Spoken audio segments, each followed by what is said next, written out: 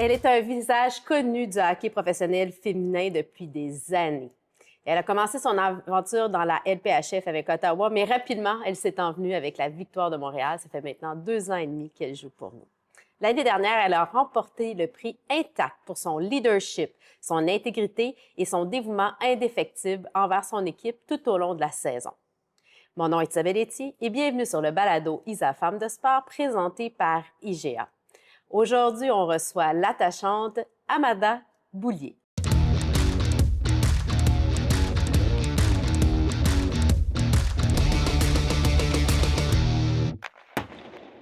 Salut, Bou. Salut! Tu es, Amanda, tu es prête à faire ton entrevue en français avec moi? Ben oui. Tu vas faire 25 minutes en français avec moi? Oui. Oh my God! Vraiment? I'm so... No, kidding. We're going to speak English. Thank goodness. Yeah. But if you want... I would have hung in there. Yeah, but you can try if you want to answer some words in French. Sure. But as I said, you're an experienced player in the league. Before that, you were in the PHF. You understand the sport perfectly. What are your objectives for this season with La Victoire? Yeah, really excited for the upcoming year. It's been so fun the last week to just see all the new faces, all the new players, and see it all come together. I think Danielle did an incredible job this offseason of rebuilding our roster after the expansion draft. So it's been really fun to meet everyone and kind of get together as a team. And obviously, we had our first game yesterday, which was great. But I think for this year, we have so much depth. And I think we're kind of missing a lot, or we have a lot of what we were missing the last 2 years, especially in playoffs. I think the depth piece is going to be huge for us. So I think just continuing to be a leader on the team, and obviously this is my 3rd year, 2.5, we'll say, but with La Victoire, but. And so just kind of, knowing how our culture works and kind of, modeling that every day for our team. Being a leader in the locker room, on the ice, everywhere. And talking about leadership, as on my intro, I said you won the Intact Prize for your leadership, for your integrity, and your support for the team. And this is a prize coming from your teammates. So how do you feel about it? Do you want to talk a little bit about this Sure. recognition? It's a great honor. I think any recognition coming from your teammates is really great. I think it's a huge honor that they see me in that way. I think it's something I strive to do every day, but you don't necessarily know how that's perceived on the other end. So great to have that recognition for them. Obviously not why I do that. I think being a good teammate is just something that's of the utmost importance for me, and it's a big part of why I come to the rink every day, and helps me just enjoy the game of hockey, is having a team around me. So really honored to have that, and looking forward to continuing that this year. And you also been known for your sense of humor. You're so funny, always there, making some jokes. You even came to the rink one day with roller skate. So what we can expect for the walking this year? Are you going to surprise us again, or? Absolutely. I have some tricks up my sleeve already. Cool. And I'm looking forward to showing the fans what my next endeavor might be. But yeah, Heelys last year.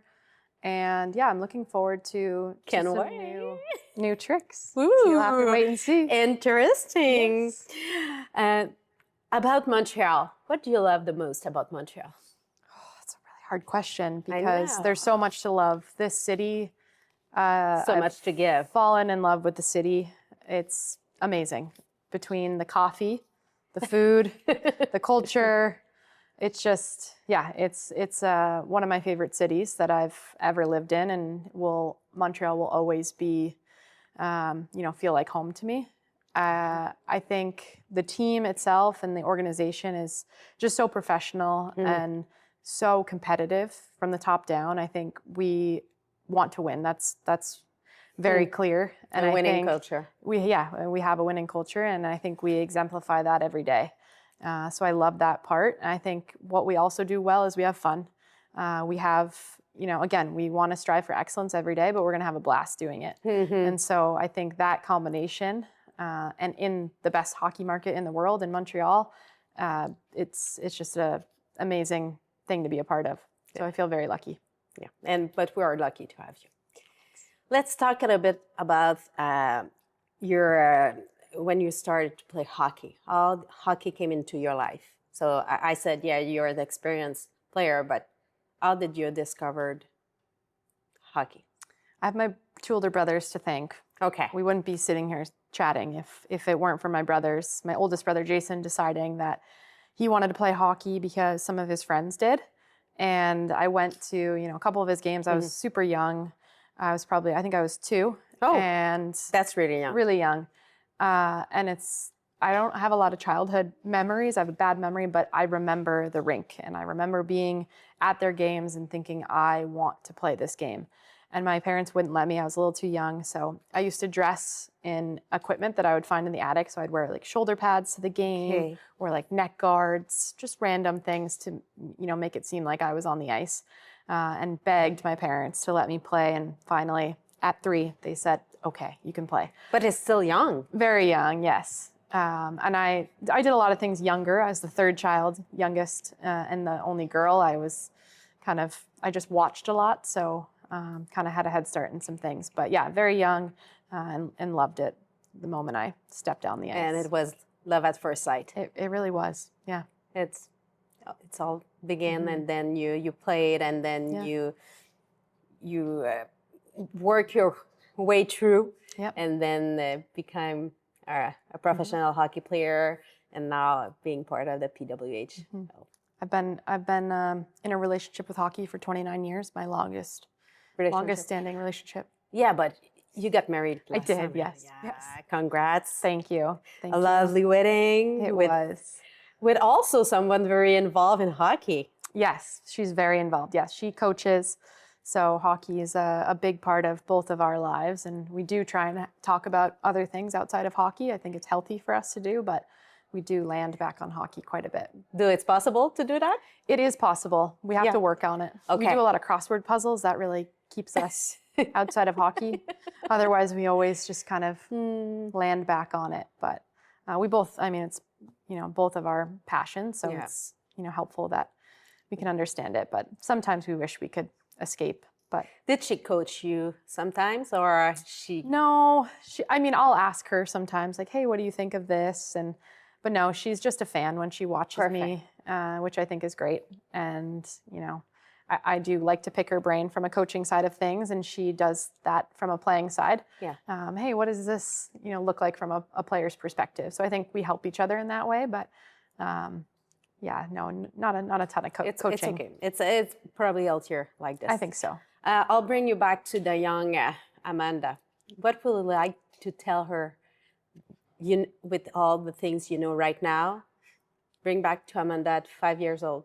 She's 5 years old. What would you like to tell her? I would love to tell her that someday there will be a women's professional hockey league, because at 5, there was only the Olympics, which was amazing and still is. But I think to tell her that, hey, you can play in a women's professional hockey league as your primary job, I could just see would be like, what?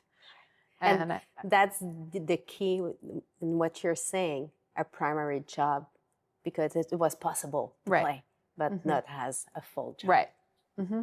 Yeah. And what are your greatest pride today? Greatest pride? That's a good question. I would say 2 things. One is just the teammate that I've been and become. I think it's something that, like your on-ice skills, you develop. I think you develop, if you choose to, being a great teammate. And I think it's something that I've worked on throughout my entire career.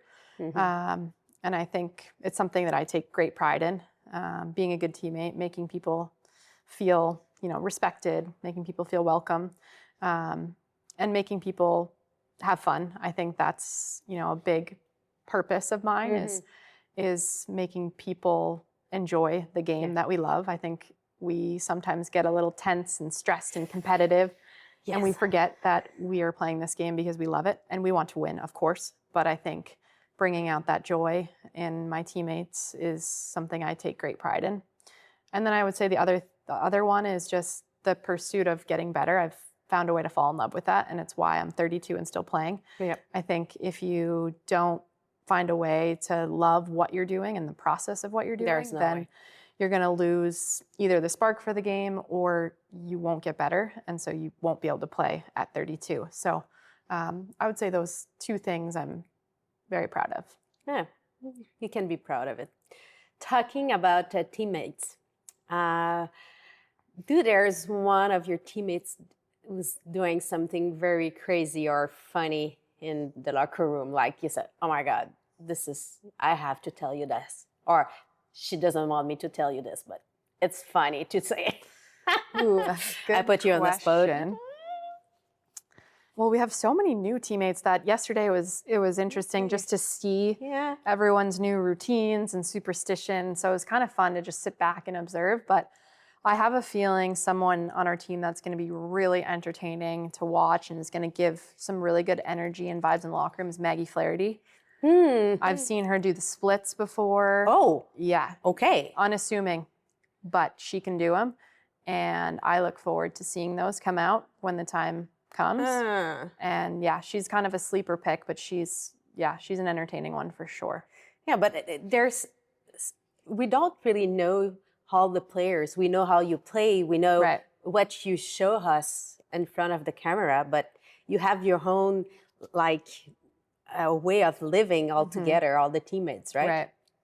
Exactly. Yeah, it's fun. I mean, when you have new players, new team, you see how it all comes together. And, I think we play sewer ball before games and right now. And so in sewer ball, the whole idea is that you're kicking a soccer ball up and you have to kick it against someone and they get out. And so right now everyone's a little shy. We're playing keep up a little bit and everyone's a little shy to sewer players. And it's kind of fun. Every year it starts like that. And then, by the time the first game comes, it's, everyone's comfortable and we're sewering. So sewer ball is kind of my gauge of comfortability on the team. And so it's kind of fun to see that progress. And when you first came into Montreal with the team and with your teammates, there was one of the girls who you didn't thought she would be like that? Like, oh my God, it surprised you how she's funny or how she's like, you thought she was a different, complete person?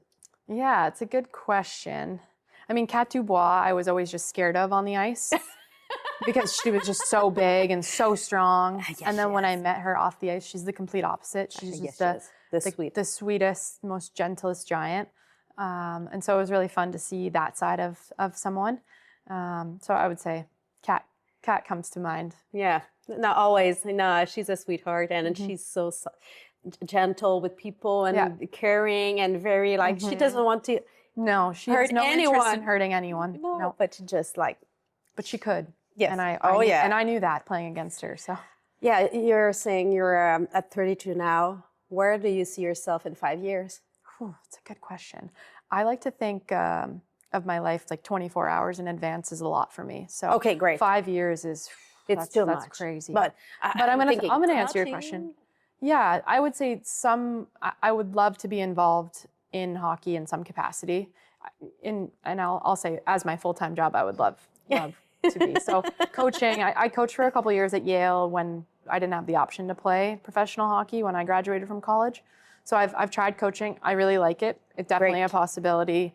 I also really like the GM side of things too. So which is completely different. Completely different. So I'm all over the place. Haven't quite mapped it out yet, but something in women's hockey to give back to the game that has given me everything. But we're not in a rush. We want you to be on the ice. Exactly. We like you at the blue line. It's okay like that. Exactly. Keep it like that. A defining moment of your career, what it will be? Like a moment it was so special. I would say the first time we played at the Bell Center and we sold out and there was 21,000 people when we took the ice. And I still get chills talking about it, but I just will never forget that moment. And I had tears in my eyes, chills everywhere.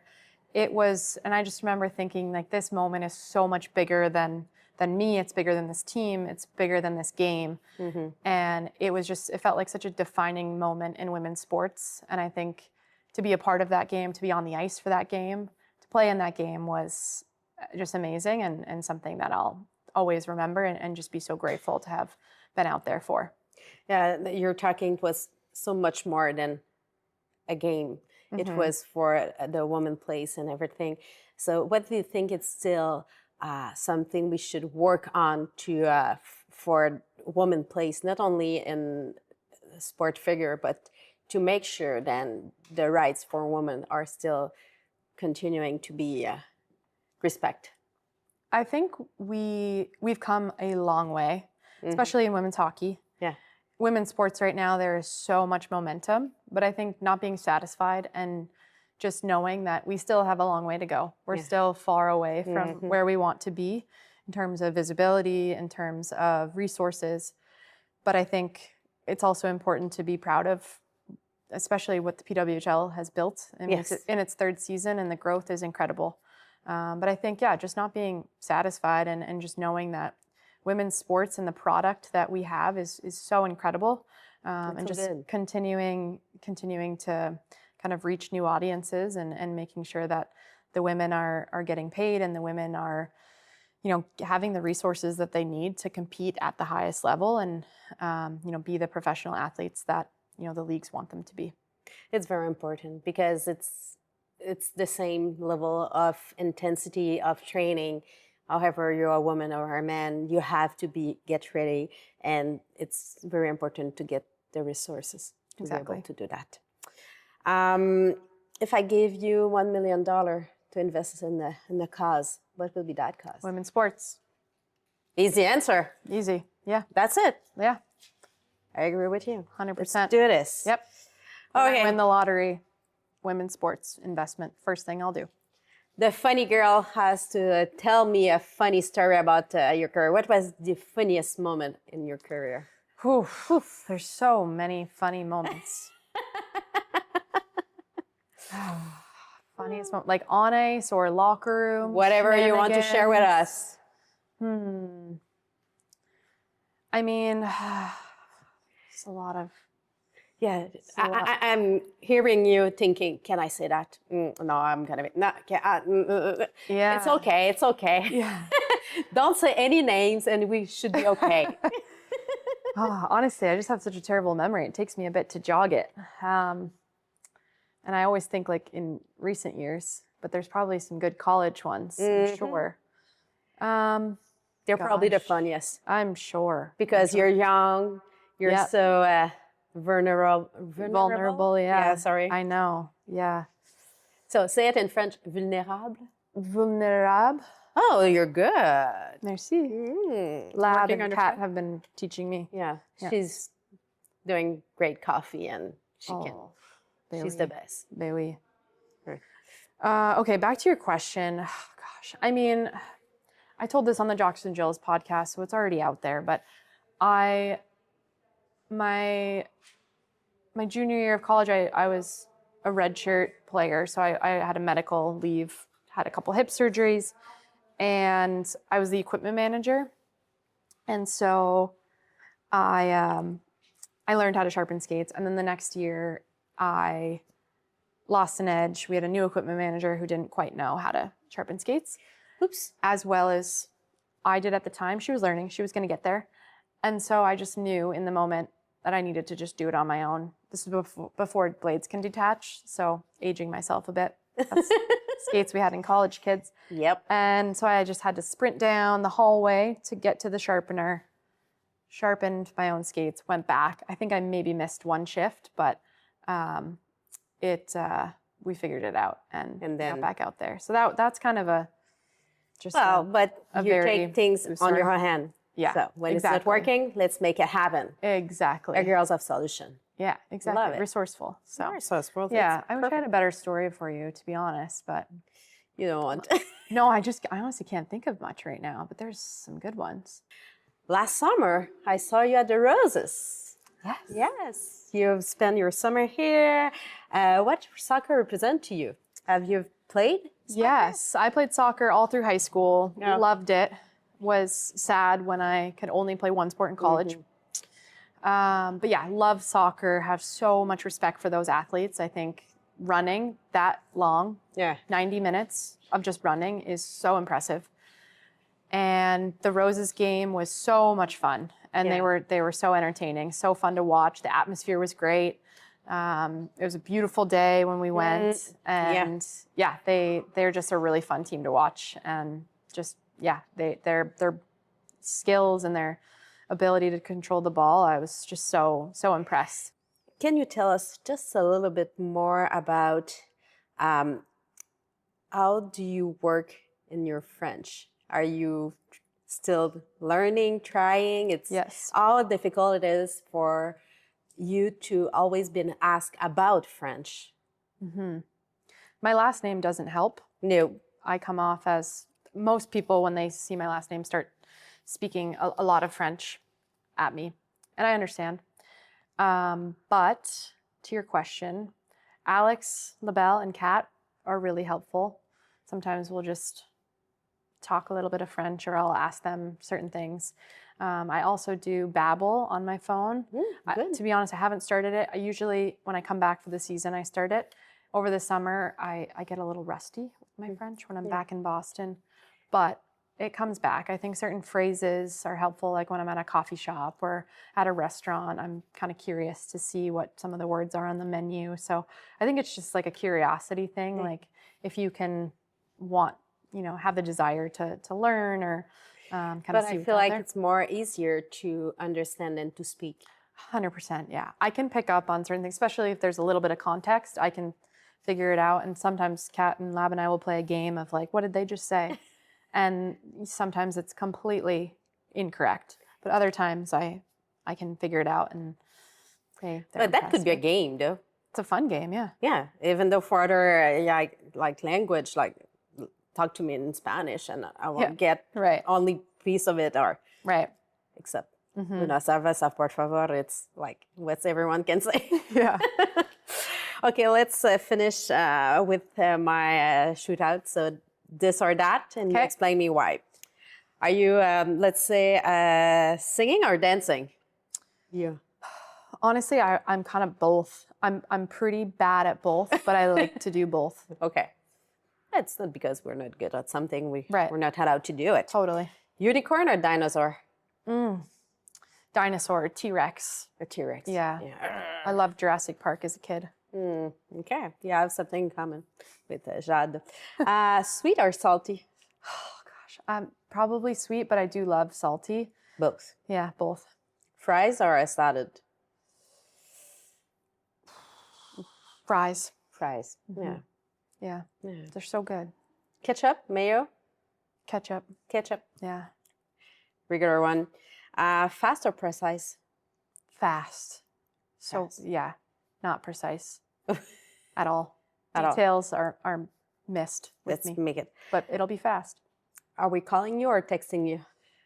Calling. Texts are hard for me. I'd rather just call, FaceTime, get the conversation out of the way. The back and forth drives me nuts. Okay, let's connect. Yeah, let's exactly. Get it. Yeah. What do you need from me? Right now, that's it. Yeah. In the moment. If you want to just talk, great. But I don't like the conversations over text. Me, the worst is when someone said 2 words and sent another 2 words, and then there's only 10 words in 5 cents. It's like, come on. No. Beep, beep, beep. I don't like it. Put my phone on Do Not Disturb when that happens. Immediately. Okay, the last one, not that least. Poulain or Ouellette? I have to choose. You have. No, honestly, I would choose Poulain as the player and Ouellette as the coach. Easy answer. Yeah. That's it. Yeah. Huh? Right answer. Amanda, thank you so much for joining us. It was a pleasure. I hope you have a great season. We wish you to win this time, to go through the end. I think you have a good deep this year, and it's going to be possible. Ouais, c'est ça. Good. Merci beaucoup. Merci à toi. Amanda, c'était un plaisir de te recevoir. Merci, Amanda Boulier, qui est défenseur pour la Victoire de Montréal. Et je vous invite à lui écrire, à échanger, à partager. C'était un autre épisode du Balado Isa, Femme de sport, présenté par IGA sur les ondes de TVA Sport. Je prends un petit moment pour remercier toute l'équipe derrière la caméra, Eric, Sergio, Charlotte. C'était un plaisir aujourd'hui.